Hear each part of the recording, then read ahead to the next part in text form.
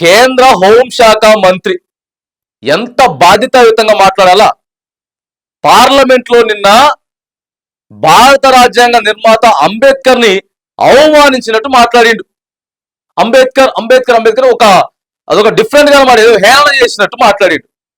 5-6 సార్లు నువ్వే కదా అంబేద్కర్ అంబేద్కర్ అంబేద్కర్ అని చెప్పి నీకు సెగ తగిలింది కాబట్టి మాట్లాడుకొచ్చినావు. మరేంది అంబేద్కర్ గారి పట్ల బీజేపీకి ఉన్నటువంటి చిత్తశుద్ధి ఏంటిది?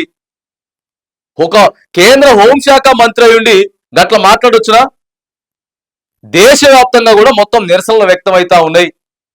అంతా కూడా ఏకమై నువ్వు క్షమాపణలు చెప్పాలి, ఆయన్ని మంత్రి నుంచి బర్తరఫ్ చేయాలి, బీజేపీ నుంచి తీసేయాలని చెప్తున్నారు. ఎందుకు తీసేస్తారు? మీరు అంతా ఒకటే కదా.